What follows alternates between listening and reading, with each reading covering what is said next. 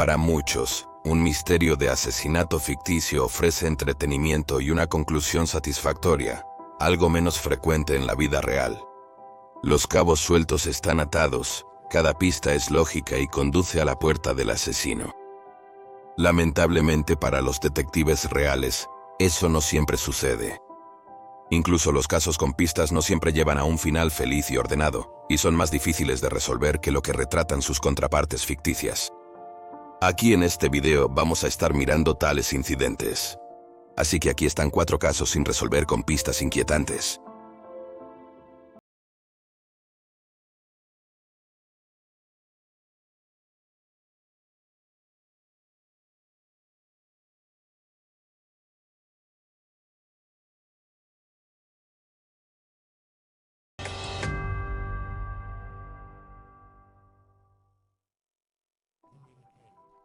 Enrique McCabe, auditor de 32 años en Minnesota, era conocido como un hombre extrovertido y abierto.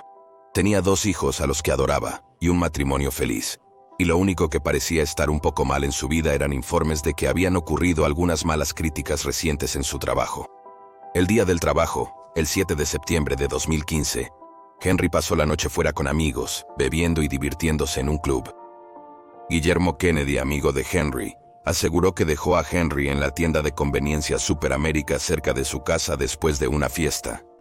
Además, le quitó las llaves y otro amigo le retiró la billetera para impedirle comprar más alcohol. Según informes, Henry estaba en mal estado, por beber demasiado alcohol. Lo vieron vivo por última vez cerca de las 2 a.m. Sin embargo, cuando la policía descubrió que ni Kennedy ni su coche aparecían en las cámaras de seguridad esa noche, cuestionaron su versión de lo que ocurrió el 7 de septiembre. Kennedy precisó que había dejado a Henry en una estación de gasolina vacaciones confirmado por las cámaras de seguridad. Esa noche, cerca de las 2:23 a.m., la esposa de Henry en California recibió una perturbadora llamada de su marido. Su mensaje incoherente, compuesto por gritos, gemidos y sonidos de gorgoteo escuchados por la línea, es escalofriante por decirlo menos. Se informa que Henry dice que le han disparado, y después de un breve silencio una voz grita: «¡Detente!». Se reportó que Henry dejó un mensaje de voz en el teléfono de su hermano, pero su contenido es desconocido. Henry había sido dejado solo 20 minutos antes de la llamada, y no se entiende exactamente qué sucedió en ese periodo de tiempo que llevó al perturbador mensaje de voz. Su teléfono móvil se desconectó poco después de la llamada. El cuerpo del hombre de 32 años fue hallado en el lago Rush, el 2 de noviembre, 2 meses después, alrededor de las 4:30 p.m. por un piragüista. Estaba intacto, sin cortes ni heridas, incluyendo de bala. Entonces, ¿por qué Henry afirmó que le habían disparado? Fue encontrado a 6 millas de la gasolinera donde lo dejaron, y la policía dijo que su cuerpo había estado allí en el agua durante mucho tiempo. El informe de autopsia del condado de Ramiro afirmó que probablemente Henry murió ahogado en aguas dulces, y las autoridades dicen que no hay nada sospechoso en la muerte. ¿Cómo se explica este inquietante mensaje de voz?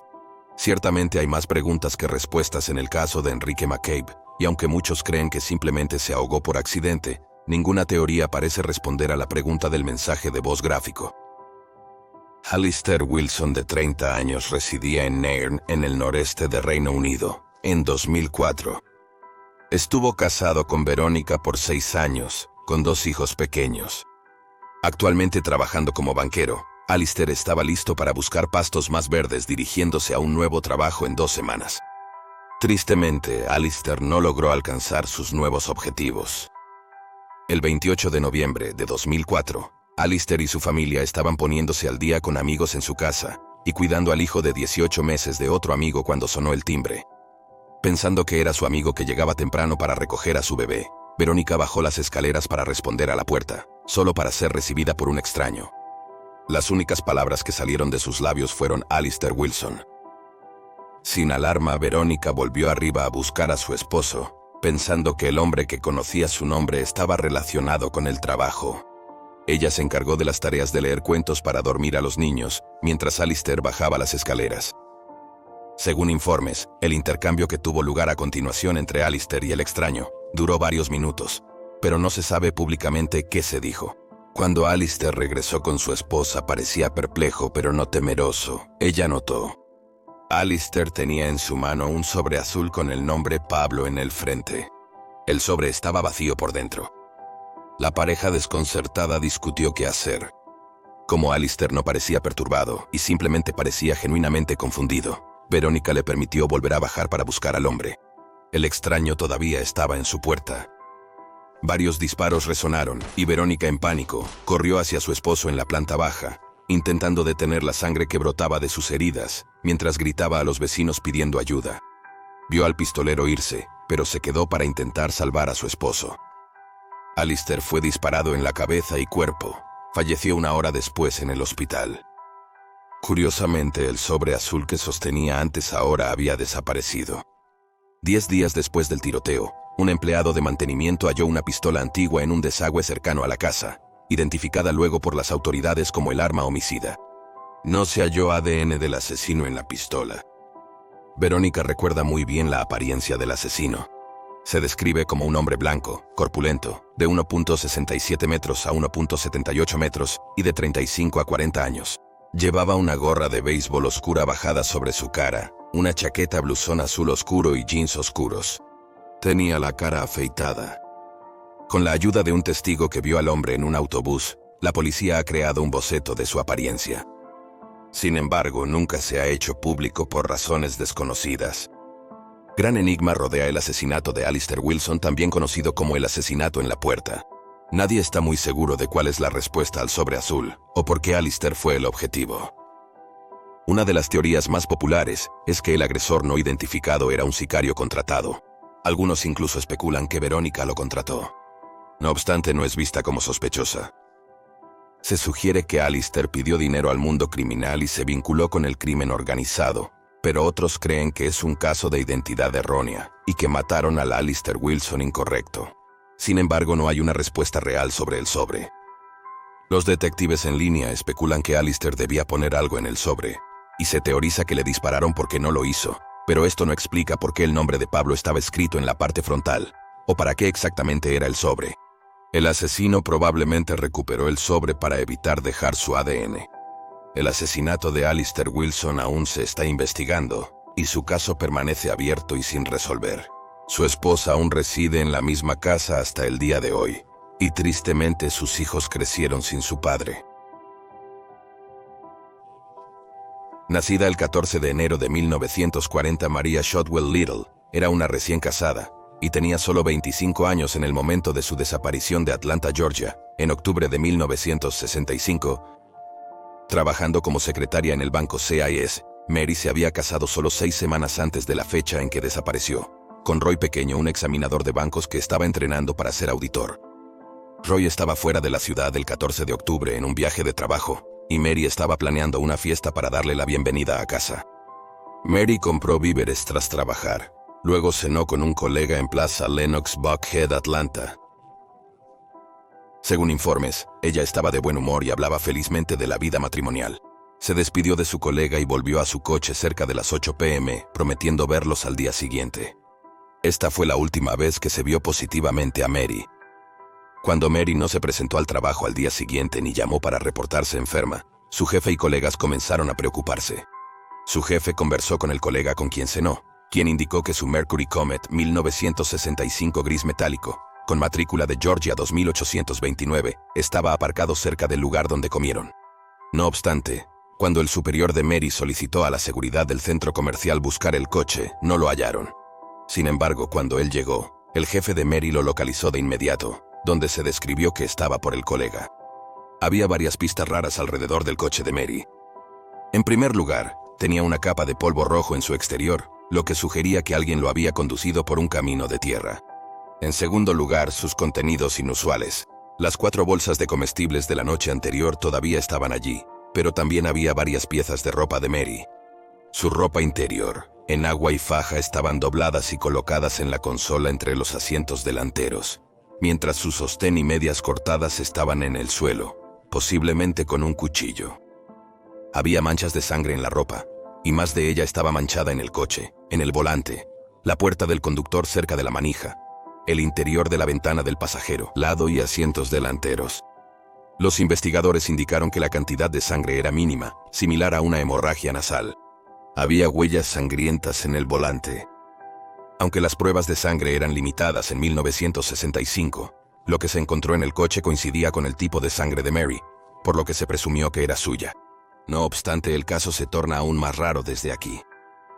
La tarjeta de Mary se usó 2 veces en Carolina del Norte.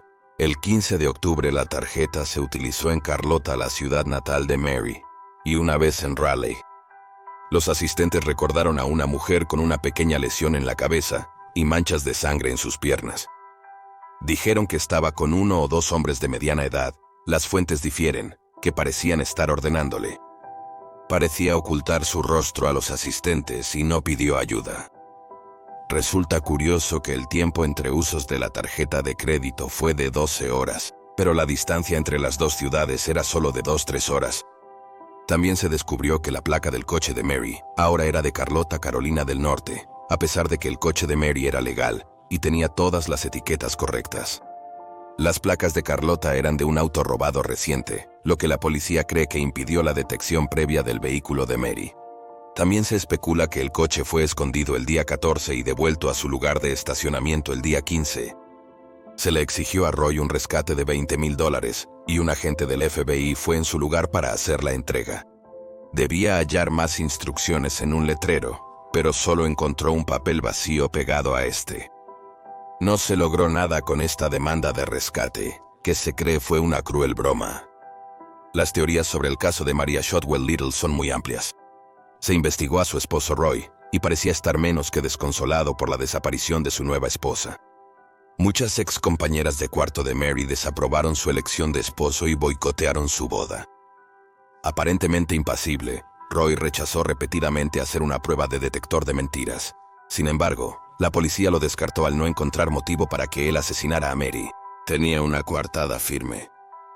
Añadiendo a la extrañeza del caso, los amigos y colegas de Mary revelaron que empezó a recibir llamadas extrañas antes de desaparecer.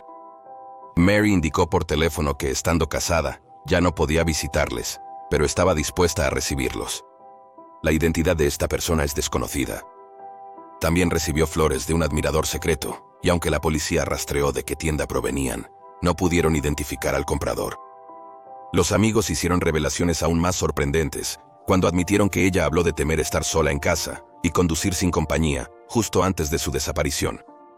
Nunca les dijo por qué o qué temía, pero varios días antes de que desapareciera, Mary insinuó a sus colegas que tenía algo importante que decirles, pero de nuevo, nunca lo hizo. Muchos especulan que un escándalo en su trabajo que involucra acoso sexual y una red de prostitución operando en la propiedad del banco tuvo algo que ver con la desaparición de Mary. Quizás descubrió alguna información peligrosa, o estuvo involucrada de alguna manera. Supuestamente el FBI se había involucrado en el escándalo, pero no se liberaron más detalles al público, parece. Días después de que Mary desapareciera, una mujer se presentó para informar que un hombre la acosó en el mismo estacionamiento, y se teoriza que este podría ser el mismo hombre que lastimó a Mary. Algunos policías que investigaron el caso originalmente sospechan que no hubo asesinato ni secuestro en absoluto, y que Mary había montado la escena para poder huir y comenzar de nuevo sin enfrentar el estigma del divorcio. El último giro en el caso de Maria Shotwell Little es que en mayo de 1967, una mujer que trabajaba en la misma oficina en la que había estado trabajando Mary fue asesinada. Diana Escudos fue vista saliendo de su trabajo, y a las 2:30 de la mañana su coche se encontró en calle Sylvan, Atlanta. Estaba en el maletero. Aún llevaba su anillo de compromiso y estaba totalmente vestida. Había sido asfixiada mediante una bufanda que le metieron en la garganta.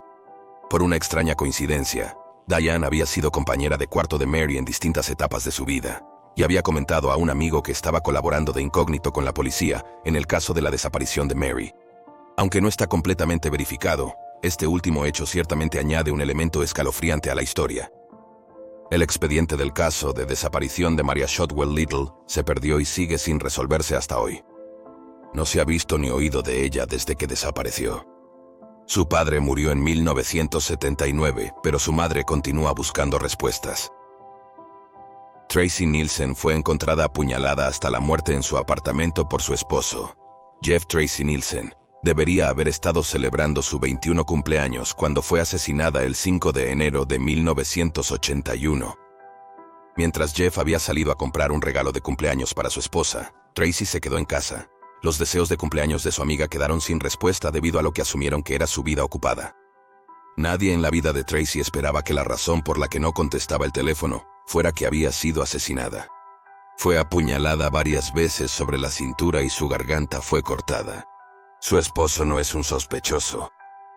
No hubo lucha en el apartamento, ni señales de entrada forzada, y aunque la información sobre el caso de Tracy es escasa, hay algunas pistas extrañas.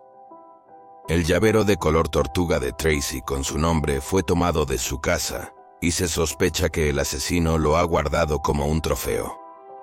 En años recientes, se ha publicado un boceto de cómo se ve el llavero, un rectángulo de 1 pulgada por 4 pulgadas con la esperanza de que alguien se presente con respuestas. Aún más extraño fue el registro de cable de Southwestern Bell, encontrado en la casa de Jeff y Tracy.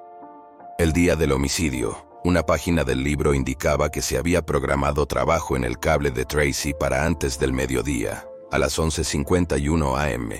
El papel tenía iniciales y números cuyo significado los detectives aún no han descifrado. La policía preguntó alrededor y descubrió que en realidad, ninguna empresa de reparación de cables estaba programada para estar allí ese día, y aunque el libro se rastreó hasta Southwestern Bell, no pudieron reducirlo a un solo empleado, por lo que a quién pertenece el libro sigue siendo desconocido. Se teoriza que el asesino utilizó este libro para acceder a la casa de Tracy sin levantar ninguna alarma. Tras el asesinato, las autoridades siguieron 1,600 pistas y encontraron una huella dactilar no identificada en el apartamento. Existen 2 testimonios de testigos describiendo a hombres parecidos con ligeras diferencias en su aspecto, en la zona en ese momento, posibles asesinos.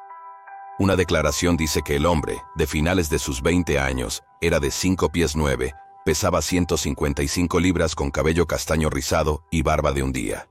La otra afirma que estaba en sus tempranos 30, medía 5 pies 10, pesaba entre 150 a 170 libras con cabello negro militar y patillas cortas. Sin embargo, parece que no se obtuvieron pistas exitosas de esto, y no se publicaron bocetos para el público. El caso de Tracy Nielsen sigue sin resolverse, casi 4 décadas después.